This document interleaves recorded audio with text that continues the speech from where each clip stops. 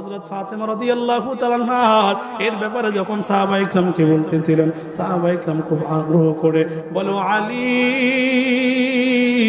একটু বলেন, আমরা একটু ফাতেমার ঘটনা শুনতে চাই।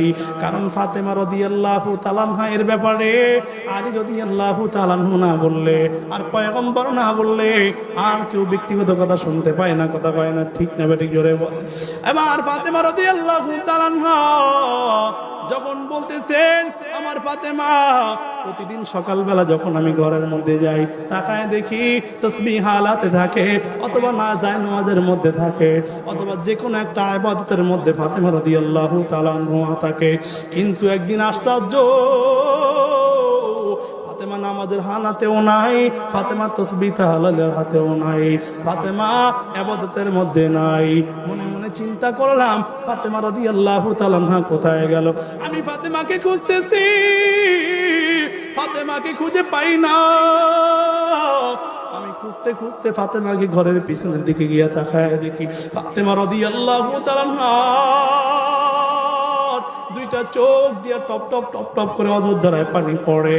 ফাতেমা কান্নার আওয়াজ, আর অনেকগুলা কাপড় ফাতেমা রাদিয়াল্লাহু তাআলা আনহা কাপড় অনেকগুলা ভিজাইছে। হাসান হুসাইন রাদিয়াল্লাহু তাআলা আনহুর কাপড়, কাপড় আলী রাদিয়াল্লাহু তাআলা আনহুর কাপড়, অনেক কিছু কাপড় ভিজাইছে, আর কিছু আটা খামিরা বানাইতেছে রুটি বানাবার জন্য।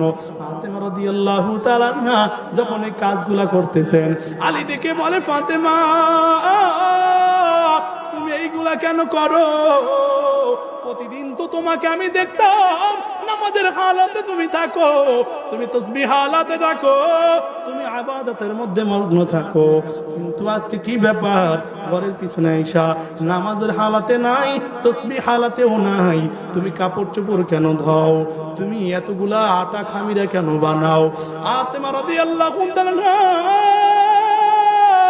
দুইটা চোখের পানি ফেলে কান্না করে কয়, ও আলী ভালো করে শুনেন। ফাতেমা রাদিয়াল্লাহু তাআলা আনহা আসল দিয়া চোখের পানি মুছে আর কয়, আলী ভালো করে শুনেন, আমার সাথে আপনার আজকে রাত্রে সাহরি একসাথে হয়েছে।